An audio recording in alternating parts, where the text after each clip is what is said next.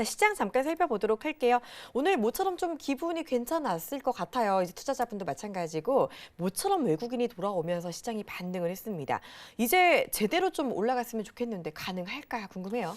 그렇죠. 일단 뭐 시장 내용을 좀 보자면 진짜 하루가 다르게 뒤바뀌고 있죠. 정말 하루가 다르게 바뀌고 있는 굉장히 비정상적인 시장이다. 그래서 뭐 다른 쪽에서 비유를 하자면 뭐 강아지를 비유를 합니다. 그래서 강아지가 하얀 눈밭에 뛰어놀듯이 하얀 눈밭에 강아지가 뛰어 들어가면 어떻게 되나요? 바로 막 날뛰잖아요, 강아지가. 그러듯이 지금 시장이 날뛰고 있다는 식으로 비유를 합니다. 왜냐하면 또 요 강아지가 두 마리가 있다라고 하죠. 중국과 미국이 되겠는데 어쨌든 지금 한 말 한마디에 의해서 전 세계 시장이 또 하락이 나왔다가 올라가기도 하고 더군다나 우리나라 같은 경우에는 여러 가지 이제 악재들이 많이 겹치다 보니까 외국인들의 적극적인 매도에 의해서 굉장히 약했던 시장이었습니다.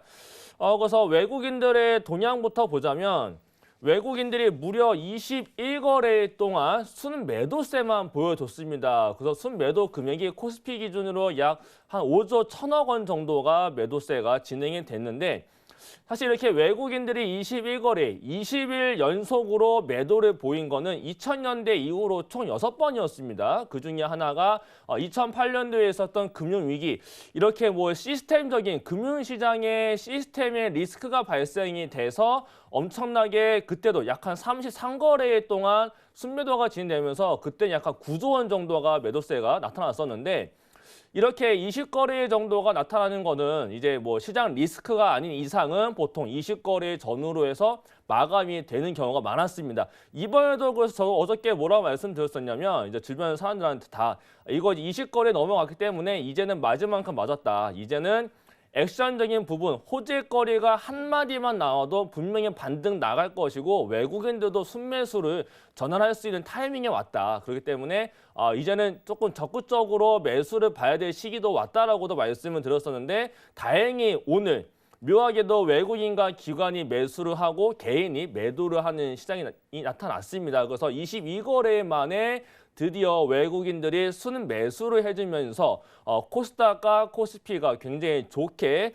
올라간 모습을 볼 수 있겠는데 아무래도 여러 가지가 있었어요. 오늘 새벽에 나온 뉴스를 본다라고 하더라도 트럼프가 이런 말을 했습니다. 트럼프가 이제 중국과 대화를 지속적으로 하고 있다. 더불어서 더 한마디를 합니다. 현재라는 단어를 사용합니다. 현재 중국과 얘기를 하고 있다라는 멘트가 오갔기 때문에 우리나라 오는 시장에서 굉장히 좋은 모습을 보여줬어요. 근데 장중에 중국 시장이 열리고 난 다음에 중국 시장이 상승을 지키지 못하고 하락을 하다 보니까 우리나라 시장도 상승의 제한적인 모습을 보였었는데 오후 3시에 환구신보에서 올라온 속보가 있었어요. 환구신보에서 미중 무역 분쟁에 대한 협상이 거의 끝났다. 그렇기 때문에 관세에 대한 부분도 중국이 보복 조치했던 것을 해제를 할 거다라는 속보가 뜨면서 미국의 나스닥 선물도 급등세를 하고 중국 증시도 굉장히 좋게 올라가다 보니까 우리나라 증시도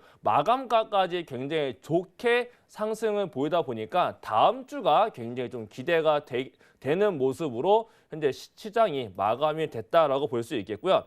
하지만 좀 오늘 미증시에서 중요한 모습을 봐야 될 게 뭐가 있냐면 미국에서 오늘 고용 지표가 발표가 됩니다. 미국에서 ADP 민간 고용 보고서가 발표가 되는데 얘가 만약에 예상보다 좀 크게 하회하는 발표를 하게 되면은 오늘은 미국과 중국의 호재로 올라갈 수 있겠지만 만약에 이게 좋지 않게 발표가 된다라고 하게 되면 경기 우려에 대한 부분 얘가 또 부각이 될 수가 있기 때문에 이러한 리스크가 어떻게 해소가 되는지 그러한 부분까지 잘 지켜보면 되지 않을까라고 말씀드리겠고요.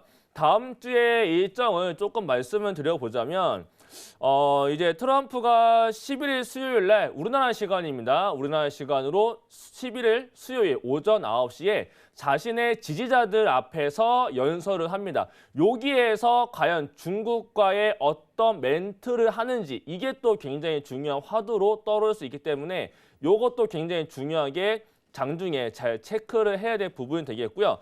그리고 또 FOMC가 열립니다. FOMC에서 파월 연준 의장의 발언이 있겠죠. 여기서도 경기에 대한 자신감, 이게 지속적으로 나타나는지가 굉장히 중요할 겁니다. 근데 만약에라도 트럼프와 파월 연준 의장이 경기에 대한 자신감도 사라지고 미중 간의 이런 발언에서 굉장히 좋지 않은, 또 갑자기 돌변 발언을 하게 되면은 다시 또 시장이 안 좋아질 수 있는 그런 국면도 있기 때문에 양방향 모두 열어놓고 체크를 잘 하셔야 되겠고, 그리고 다음 주에 우리나라 12일 날 목요일 날 선물과 옵션이 동시 만기일이 찾아옵니다.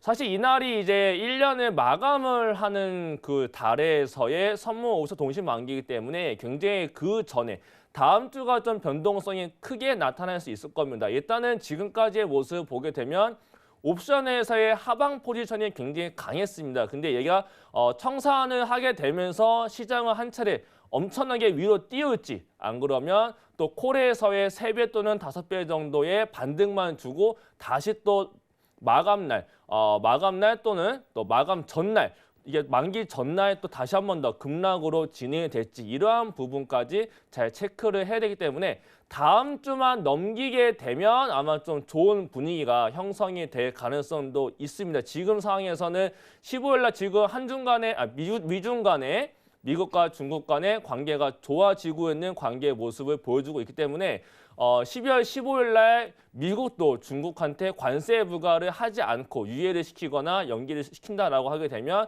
시장은 굉장히 풀릴 거기 때문에 옵션 만기까지는 일단 조심하면서 봐야 될 사항으로 여겨질 거고요. 차트를 좀 보면서 말씀을 드리도록 하겠습니다.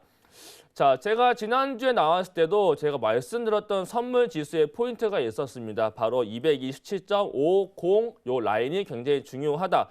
제가 지난주와 지지난주에도 요 라인 중요하다 했는데 지난주에 간신히 요 라인은 지켰습니다라고 말씀을 드렸어요. 근데 뚫리게 되면 굉장히 시장이 안 좋아질 것이다. 역시나 시장이 안 좋게 바뀌었죠. 바로 화요일부터 안 좋았다가 아래 자리를 지키고 올라왔는데 오늘 다시 위로 올라왔지만은 277.50 라인 위로 올라가지는 못했습니다. 요 라인을 다시 한 번 더 근접 라인까지 올라갔다가 빠지면서 마감이 됐는데 다음 주에 요 라인을 강하게 뚫고 올라가야 다시 한 번 더 박스권 안으로 들어가는 시장이 되기 때문에 이러한 부분 체크를 하셔야 될 것 같고, 지수를 보자면은 제가 지수 포인트로는 2060선이 굉장히 중요하다라고 말씀을 드렸습니다. 다행히 2060선을 이틀간 지키면서 굉장히 묘하게 오늘 상승 포인트로 나타났다.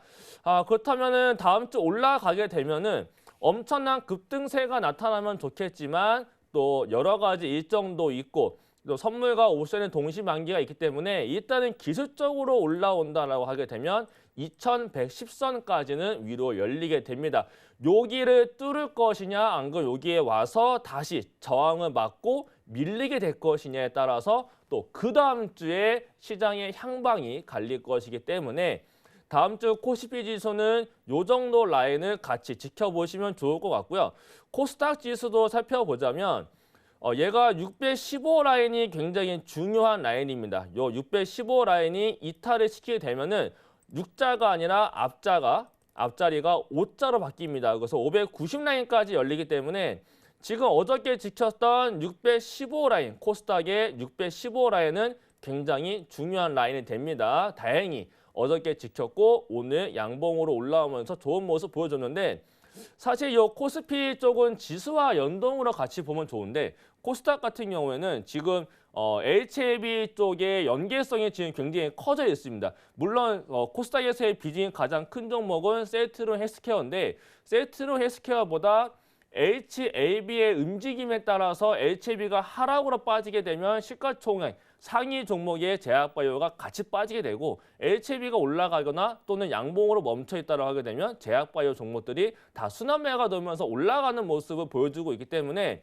지금 코스닥은 지수를 자세히 본다기보다 그냥 개별 종목으로 코스닥은 접근을 하시게 되면은 다음 주에 굉장히 좋은 전략을 펼쳐볼 수 있겠고 지금 악재가 어느 정도 해소가 되고 있는 분위기입니다. 그렇다면 봐야 될 업종은 당연히 민감주로 해서 코스피 쪽은 IT 섹터 위주로 많이 보시게 되면은 코스닥에서도 IT 쪽으로 보시면은 민감주가 될 것이고 더불어서 제약바이오 쪽도 굉장히 순환매가 되면서 엄청난 상승을 보여주고 있습니다. 그렇기 때문에 코스닥에서는 제약바이오, 코스피에서는 대형주와 민감주인 IT 쪽에서 집중하신다면 다음 주 또 12월 달까지 굉장히 좋은 전략을 펼칠 수 있겠습니다.